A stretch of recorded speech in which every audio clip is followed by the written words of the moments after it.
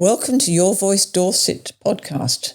I'm Marilyn Barber, and I'm really pleased to welcome into our studio Linda and Peter Thornton from the JohnThornton Young Achievers Foundation. Now, some of our listeners might not know what the foundation is, and can you tell me just a little bit about it before we talk about John? Yeah, sure. We set the foundation up in 2008 when John was sadly killed in Afghanistan. And since then, we've been supporting local young people to achieve their ambitions in life, as John was able to do. And that's really the main ambition of the charity, to support local young people. Yes, because he went to school in Ferndown, didn't he? Did, So Ferndown obviously is very close to your heart. It is, yes. which is super. So the young people apply, all the schools, all the organisations apply? Well, the way we work, we support 19 local youth organisations, and the young people actually apply to their organisation. We allocate an amount of money each year. I see. So, and they then apply to their organisation, like the school. And then the organisation put the application through. That's right. And then we ratify it and send the cheques off to the young people. You know, so it works well because the organisations know their young people, so they know if there's a need, yes, and can obviously advise us, you know, in that respect. So we wouldn't, you know, otherwise we wouldn't have any idea of the situation. No, and I take it helps these young people to pursue what they hope to do in life, does it? No. You must have certain criteria that they must adhere to. What we're looking for is young people who've got that drive, that energy to want to succeed. And we're looking for people essentially with Royal Marine Commando values, which is courage, determination, cheerfulness in adversity.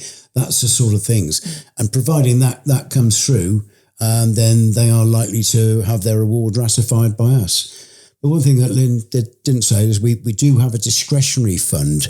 Yes. And that's for young people who are not members of those 19 supported organisations. And they can apply directly to us. And it was our trustees that actually make the decision one way or another. What size awards are we talking about?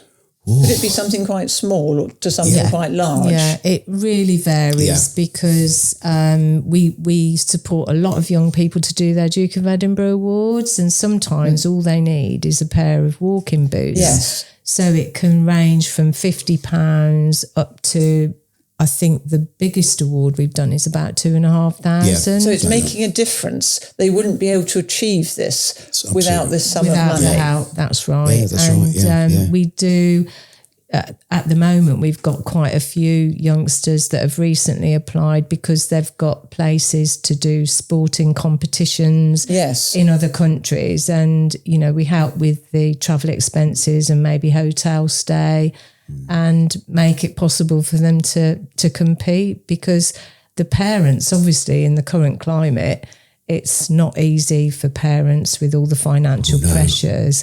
And, you know, these competitions and things that are abroad, it's quite a financial outlay to enable the youngsters to be able to take part. So yes, you must therefore need to raise a certain amount of money each year. Do you have that ambition? I want to raise so many thousands each year. Well, I think the interesting thing about the business model, if you like, is that we only allocate out and give away what we've raised the previous year.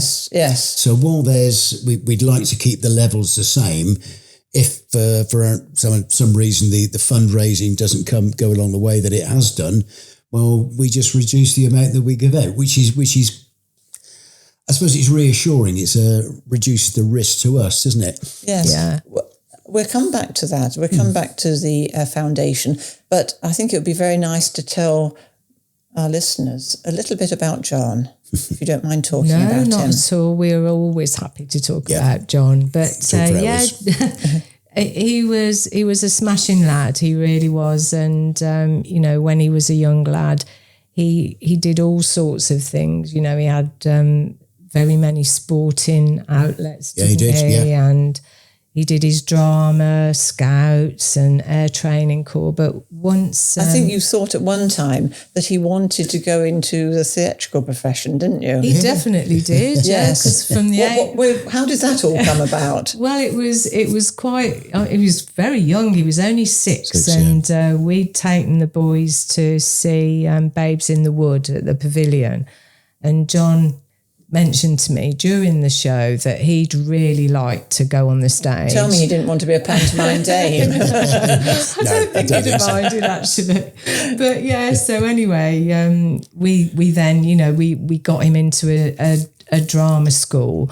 And from that age, he didn't do badly, actually. He had quite a good voice, and he got quite a few parts during, the years up until he was about 13. Any professional parts? He did, actually. It was quite bizarre because it was the Babes in the Wood at the Pavilion that had inspired him. And then eventually, I think he was only about 10. Yeah, he was, yeah. He ended up on the stage with Marty Webb in Evita at the Pavilion.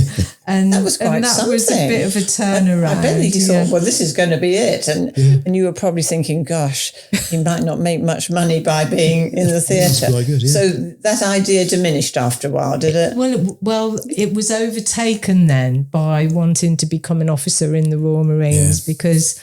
At 13, he joined the Air Training Corps, and a friend he made there, they had a joint ambition to become officers in the Royal Marines.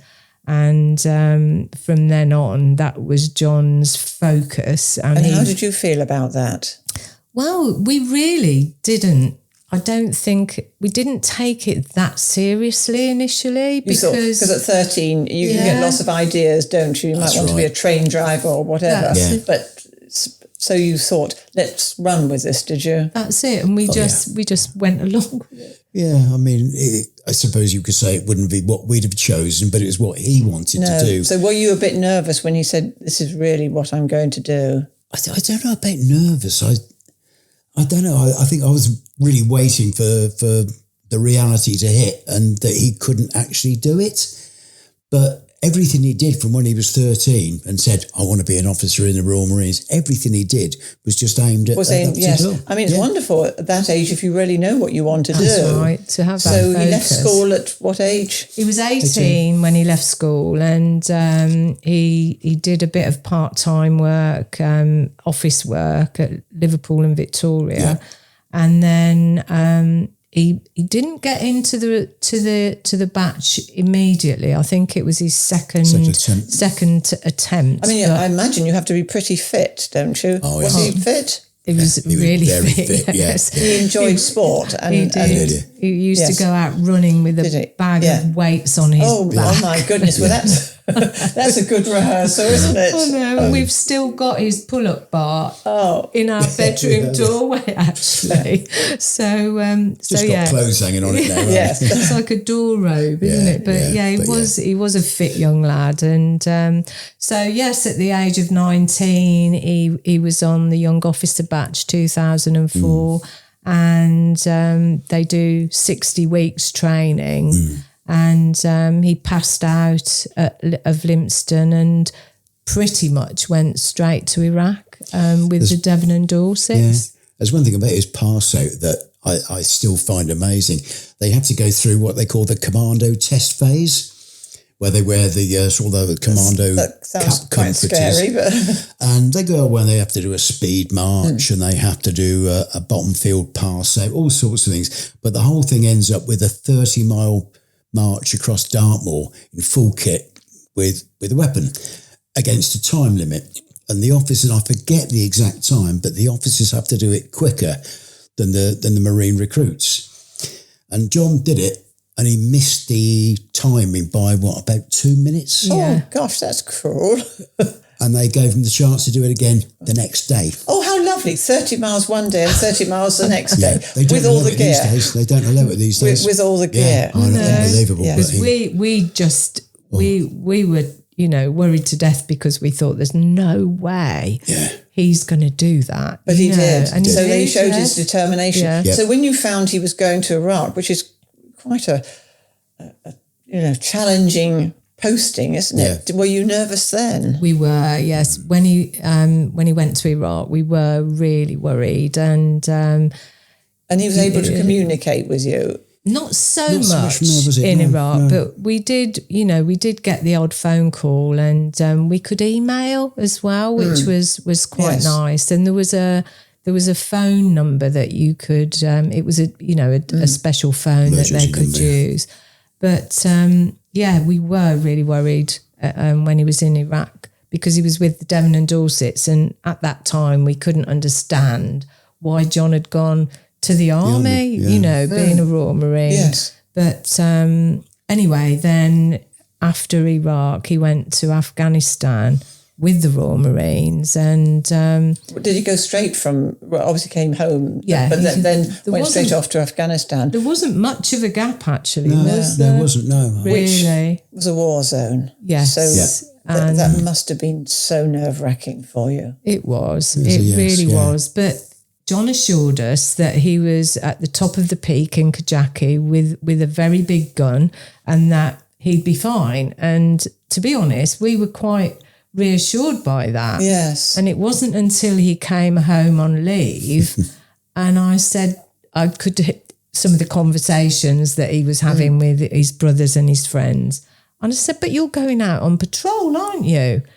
And he said, well, yes. And I thought, that wasn't what you told us. No, he probably wanted to minimise it. He didn't want you to worry. Oh, that's right. But he obviously wasn't worried. He was self-assured, I suppose. He wasn't actually, no. Wasn't he? No, because we've got John's diary that he kept when he was in Afghanistan. The threat of the improvised explosive devices was massive. Yeah. And that was a really huge threat to the services. That must have been so hard for you to read afterwards.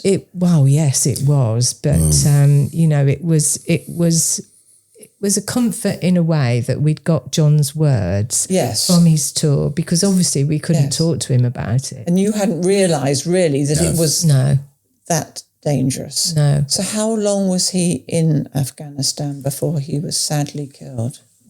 He was 2 weeks away from coming home on a 6 months tour. Oh, gosh. 2 weeks. We got the banners all out at home and we're ready. Yeah. My goodness me. We knew where we were going to pick him up at the airport and what time the flight was coming in. Oh, gosh. And how did you hear? I don't know how. Well, it was a Sunday, wasn't it? And we'd been out for a walk, I think, and all of a sudden the doorbell rang. And then I went to the door and we opened it up and there was a Royal Marine officer and a padre. And, You knew. Yeah. I mean, that must have been so awful for you. It's the something worst. you feared, I suppose. Had you not feared? Had you not prepared yourself that this could happen? No, we hadn't prepared. No. I mean, you can't for something like that. But yes, it was, just horrible. The worst. It's worst thing. Every parent's worst imagine. nightmare, isn't it? It really is. Yeah. And did he have a full military funeral? Yes, he did. He had his funerals at St Mary's. Oh, really? Yes. Yeah, it was, full military. And we even had a Red Arrow Nat fly over the church, didn't we? But it was so hard for you because you were in the public eye. Yeah, that was really difficult, to be honest. People would all be looking at you to see how you were coping. Yeah. And that time afterwards must have been so hard for you.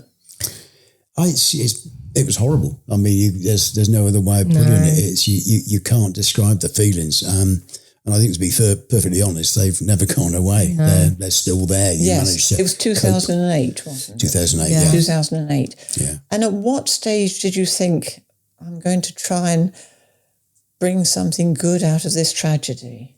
How long did it take you?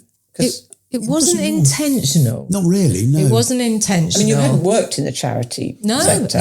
We so knew you nothing didn't know how to run one even. No, not a clue. No, I think we do now, but we didn't then. Yes. But it was John had left letters for us, and he'd asked to be remembered. So he'd left letters in case. Yeah, because they get the forces get them to write. Do they? Just in case. Right. And so we got letters from John where he asked to be remembered with the organisations that had helped him to become the man he was. Right. So that was his school, Ferndown Upper School, the Air Training Corps, and the Air Training Corps Junior Leaders Course. Yeah. So we thought, well, we'll get a trophy or something that can be awarded in John's name. So you were thinking quite small, weren't you? That's it. Yeah, and then... at what stage, I mean, how long after he'd died did you think this? This was only months. Really? It was months, yeah. And we, one of our trustees actually, Jeff Beck, he suggested to us one day, he said, why don't you start a charity? And Pete and I were, oh my goodness, we don't know anything about charities. And Jeff was quite inspirational in that way. He said, well, we could give it a go and I'll help and stuff. So anyway, that was really where the John Thornton Young Achievers Foundation was born. And we initially started with I think we had about 8 trustees initially, just family members and the head from the school and Jeff, obviously, and the commanding officer at the Air Training Corps. And Ian did the application for us, which was incredible because he got it through first time, and we got our registered charity status, and that was it. And there you had a charity and you thought, right, well, how am I going to raise funds? I will never forget the first meeting we had with all the trustees around our lounge table. And I sort of sat there and I thought, well, okay, does anybody here know anything about running charities? And there's no, not a clue. No. Anybody want to be chair? No. And because you didn't know how to fundraise or anything. No, we'd never done anything like that. I mean, what was your background business-wise? I was a receptionist at the leisure centre, so, Yes, and what about you, Peter? I used to run IT training courses on project management, basically. Right. You've got some skills there, so, I mean, you've used them because... I can stand up I'm and talk. admin. I've always been admin. Well, that's useful because admin is very, very important. Yeah. So in your first year, can you really remember any of the events? We had part shares in a hospitality day at the air show. And you still do that, don't you? Well, we did until they pulled the plug last year. Yeah. So there is no more air show. Yeah. There was a swing band concert, I think, at the Barrington. And I can't, to be honest, I mean, it's so long ago. But you've got to get people to perform free of charge, haven't you? And you've got halls to hire and everything. Yeah, and you have, and I don't know whether people charge you for the halls. I guess they do. Some do and some don't they? Yeah. With charities, usually there's, they're quite supportive, and they'll either give you a really low fee or not charge at all. But we started really. We're still small, but we started very, very small and very low key. And it's quite nice to keep it as a small local charity, really, isn't it? And you have some quite fun events, don't you? Yeah, we do. Yeah, I think we do. We do try and make, when we're having a fundraising event, it's not all about, you mentioned the afternoon tea. It's not all about making money. No, I mean, it's the afternoon about tea. Having fun. Tell me about the afternoon tea, because that's coming up soon, isn't it? It is. It's April the 26th, I think it is. I believe so, yeah. And it's just we get as many donations as we can for the food. Yes. And is that easy enough? Not really, but I've kind of got a sort of a little cohort of businesses for each event, and I only ask once a year. Yes. And because and they get a bit of publicity. Well, they do. Which is great, yes. And we always thank them. And, we try and, it's a partnership, really. So we try and do what we can to support them as well. Yes, and you've got an afternoon tea, and I think it's a nostalgic one, isn't it? It is. It's a vintage afternoon tea, and it's with the Land Girls, and Rodders, Cornish clotted cream have supported us again this year. So we put on a nice afternoon tea, and there's the entertainment, and so people will come along even if they don't know much about the charity. Because it sounds a fun event, doesn't it? It seems we've got quite a reputation actually, because the box office where all the tickets are sold through. They were saying before we'd fixed a date, when are you going to have it? We're getting inquiries, which is lovely. So you're providing entertainment for people. And the Barrington are brilliant because they support us so well, and they help with the ticket sales. Well, they sell the tickets, and it's a really good afternoon. I must admit, it's massively stressful. Is it? Yes, it is for me. You're not worrying whether people put the cream or the jam on the wrong order. I shouldn't forget. Last year we asked everybody when the tickets are being sold, have you got any allergies?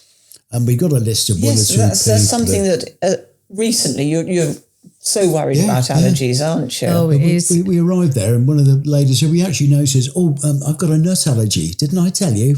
Oh, heck. Oh, dear. But luckily we got no nuts anyway. So we were okay. It is a good afternoon. It really is. And the people that come along really enjoy it. The Land Girls love it. They really enjoy the afternoon. So, it's good fun. Do people get the chance to sing along? Oh, yes. There's plenty of flag waving and singing. And I mean, sometimes they get up and have a dance as well. So, I think we had a conga line going on. Well, I'm coming along, so I'm really looking forward to that. And you've had a plane pull, haven't you? Oh, yes. That's August Bank Holiday Monday down at the airport. You've got events that are regular every year. Yeah. So you've got the plane pull. Yeah. I mean, obviously, who do you have to persuade to allow you to do that? Well, what it is. It started off in 2009, and they decided this young man who used to know John, his wife's parent or his wife's mother had got MND, and they said, we want to put on some event where we can pull an aircraft. And he's in the aviation world. And so there's a couple of companies, I think it's European this year, who loan out a Boeing 737 for that very purpose. For that very purpose, Yes. And teams of 20 pull it along the tarmac, 50 yards against the clock. Yes. And it's fabulous. And what other events have you had? Oh, well, we've got a quiz night coming up. Quiz nights are always popular, aren't they? That one's that's sold out. There's quizzes who go around all the different charities. Yeah. But the Mayor of Ferndown has chosen John's charity to support this year, and the Mayor of Ferndown is putting on the quiz night, which is super. I mean, if you can get the mayoral charity, it's always good, isn't it? That we're really honoured to have been chosen for that. Yeah. We've got a curry night. A curry night, We've got a curry night coming up at the Cinnamon in Ferndown. Yeah. They've been brilliant as well. Yeah. And a fishing day. We do a trout fishing day. Paul, at one of our old neighbours, actually, he organises the curry night as well. Yeah. And he organises the trout fishing day, and we go off to a lake, and usually it's just the charity that are there fishing, and Paul does barbecue with his infamous chilies on the sausages. Oh, wow.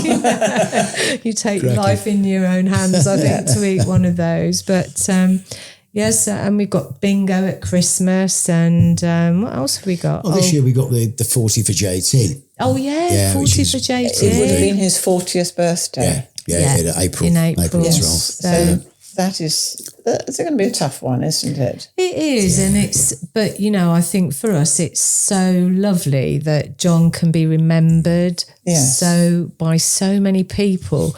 17 years on his 40th birthday, the people are going to be going out playing golf. He was golf. just 23 years of age. Yeah, I know. And you've got other children, haven't you? Yeah, we've got two other sons. Our oldest lad, Ian, he's also in the military, and he's got two little ones. So has he served abroad? He served in Afghanistan as well. Oh my goodness, you must have been. Was this after? After John. After dear, John. You must have. Longest 6 months of my life when he was out there. But yeah, he's doing well, and Graham is in Wales, and he's not in the military. No. But yeah, having another son going out to Afghanistan must have been really hard. It was. It really was. But we could understand, Ian, why he needed to do that, and we always supported both of them, no matter what they wanted to do. So yeah, it was. But anyway, can you give me some idea of how much money you've raised over all these years? Do you know? We know how much we've given away, which is 1.2 million, isn't it, Nearly 1.2 it's million. getting there. That's considerable, isn't it? It is. I'm guessing the people of Ferndown are very much behind you because you're a smaller charity. Yeah. I think that's the thing, because we've got no paid staff, we've got no premises because we work from home, and we. So a lot of your home has gone over to an office, I take it. Yep, that's it. We had the garage converted to an office. I mean, we paid for it, not the charity, and it's been fantastic for us, really, because it's probably around the size of this room, and we can both work in there together, and it's nice that we can shut the door and then that's it, which is good. But yeah, the outgoings for the charity are really low. It's just sort of really promotional material and postage, the usual sort of printer inks, But so the majority of the money we raise goes directly to supporting young futures. So, it's which is wonderful to hear. Which is good, yeah. Can I just ask you one more question? Of course, yeah. What does Dorset mean to you?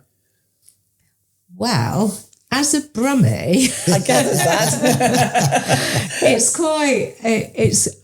I think my heart is still in Birmingham, really, to be fair, but I do love where we live, and I do love the people. I love I love the coast and the forest, everything about. And the support they've given you. And the people have been incredible, for us. Yeah. Well, thank you very much for talking to me. Oh, it's been a pleasure, Marilyn. Thanks for asking. Thank you.